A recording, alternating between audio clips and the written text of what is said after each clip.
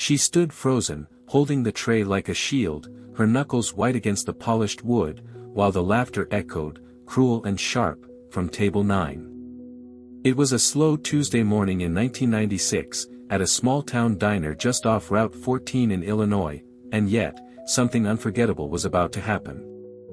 Moments earlier, she had simply asked if they wanted cream with their coffee. What followed wasn't just rude, it was humiliating. They mimicked her stutter, tossed sugar packets at her shoes, and called her too dumb to serve water. The manager watched, and did nothing. But what none of them knew, not the customers, not the staff, not even she, was that tomorrow, everything would change.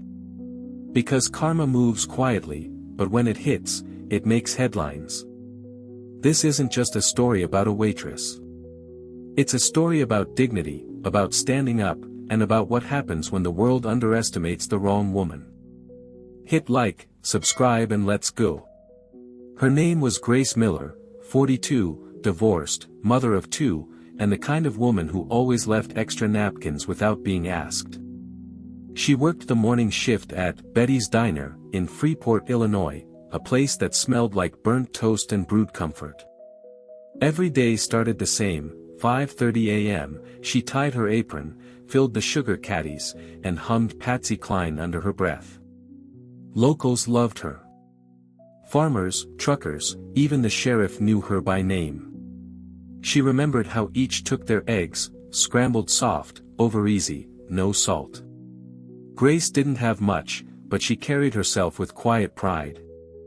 Her life was routine, sometimes lonely, but stable, like a favorite mug with a tiny crack you never notice. Still, in the last few weeks, something had shifted. Tips were lighter. Smiles, shorter. And then came that morning, the one where everything cracked wide open. It started with the new faces at table 9. 3 men in suits, not the usual jeans and flannel crowd, sat down with the kind of arrogance that made the air feel tighter. Grace greeted them, polite as always, but their eyes barely met hers. They ordered brusquely, dismissing her mid-sentence, laughing at private jokes between bites of toast. Then, the whispering began. Loud enough to hear fragments. Look at her hands, bet she couldn't spell menu. Grace's smile wavered. She'd served rude customers before, but this felt different. Colder. Measured. When one of them spilled his coffee, by accident, and smirked as she bent to clean it, the manager glanced over, then turned away. Something churned in her chest. Not anger, not yet. Just that deep, sinking sense that something was wrong. Very wrong. And as they left without tipping, leaving behind a napkin that read, "Get a real job," Grace stood still, her world beginning to tilt. This wasn't over. The next day, they came back. Same time. Same table. Different suits. But the same smirks. Grace's stomach tightened the moment the bell above the door rang. Something about them, too polished, too amused, felt rehearsed. They ordered again, slowly, dragging out each word like it was part of a performance. This time, one of them snapped his fingers when she didn't come fast enough. Another called her sweetheart with a tone that made her skin crawl. Then came the note, folded neatly under the salt shaker. "You're not worth minimum wage." No name. No tip. Just those 6 words. Grace didn't sleep that night. She lay in bed replaying every moment, heart thudding with a strange mix of confusion and dread. Were they locals? Outsiders? Why her? Why this? She told no one. Not yet. But the feeling clung to her like smoke, that tomorrow, something darker was coming. And it was already too close. On the 3rd morning, they didn't show up, but something else did. A man in his late 50s, quiet, with tired eyes and a newspaper tucked under one arm, sat alone at table 9. Grace approached cautiously, half expecting another cruel surprise. But he looked up, gently, and said, "I'm sorry for what they did." Her breath caught. He unfolded the newspaper and slid it across to her. The headline read, "Local woman targeted in online social experiment mocking service workers." There, in grainy black and white, was a still from the diner's security camera, her, frozen mid-step, tray in hand, surrounded by laughter. Her knees went weak. The man introduced himself as Alan, a retired journalist who had traced the story after seeing the video online. They'd filmed her humiliation. Posted it. Millions of views.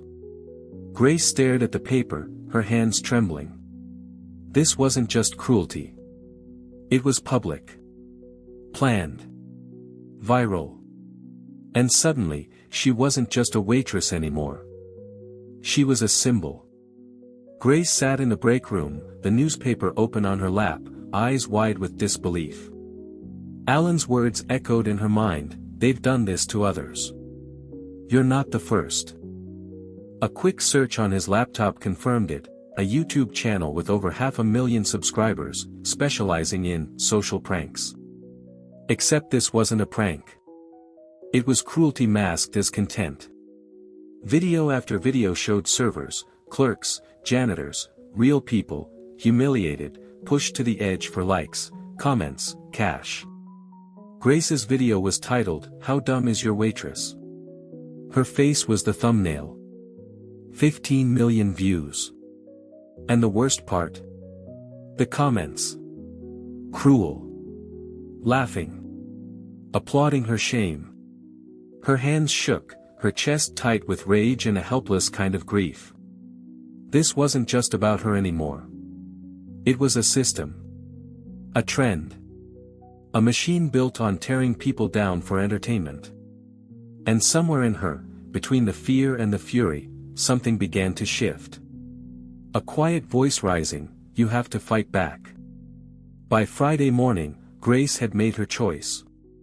She walked into the diner not with coffee pots in hand, but with a folder, packed with screenshots, timestamps, legal notes Alan had helped her gather. She was going to expose them. All of them. But just before her shift began, a black SUV pulled into the lot. Two of the men from earlier stepped out, this time without the laughter. One approached her at the back entrance. Calm. Cold. "You don't want to make this bigger than it is," he said, sliding a card into her apron. It was blank except for one line, "There are consequences." Grace froze. This wasn't internet trolling anymore, it was real-world intimidation. Alan told her later that night, "They've silenced others. Bought them off. Scared them quiet." For a moment, doubt crept in. She had kids. A life to protect. But then she looked at the comments again. At her own face, paused mid-humiliation. And she realized, silence was no longer an option. But was she ready for the storm that was coming? It happened overnight. Grace's car, the old blue Honda she used to get to every shift for the last 9 years, was found vandalized outside her apartment. Windows smashed. Tires slashed. A note on the dashboard, "Last warning."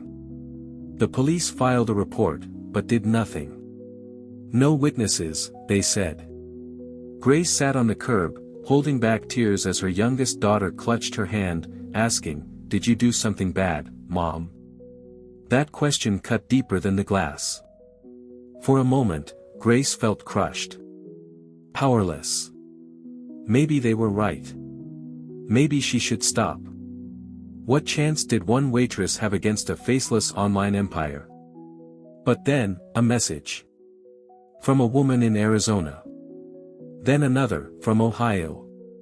And another. Strangers who'd seen the video. Who knew her pain. Who believed her. The message that mattered most came from an ex-waitress named Carla, "Tell your story. We'll stand behind you." Grace looked at her hands, still trembling, but now, they didn't feel weak. They felt ready. On a chilly Monday morning, 2 weeks after the video went viral, Grace walked into the same diner, but this time, not in uniform. She stood tall, clutching a flash drive and a letter in hand. At her side, Alan, and a local news crew. The moment aired live across Illinois, Grace reading her statement, exposing the truth behind the so-called social experiment, revealing names, tactics, threats. But the real blow came from what was on that flash drive, unreleased footage. A former editor from the prank channel, disgusted by what he'd been part of, had reached out anonymously, sending raw clips that showed the men rehearsing their insults, planning their angles, and laughing about breaking her spirit. It was undeniable. Cold. Calculated.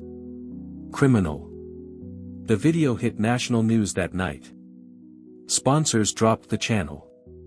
Lawsuits followed. The page went dark. And Grace? She was flooded with messages, not pity, but gratitude. She hadn't just stood up for herself. She'd exposed a sickness, and turned the spotlight toward the truth. Grace doesn't work at the diner anymore. These days, she speaks at community colleges, union halls, small-town libraries, sharing her story, not as a victim, but as a voice. Her video is still online, but now it's framed by truth, not mockery. What once brought her shame now inspires change. Laws were proposed. Policies updated. And that quiet waitress with the soft smile? She became a catalyst. But Grace will tell you, it wasn't just her.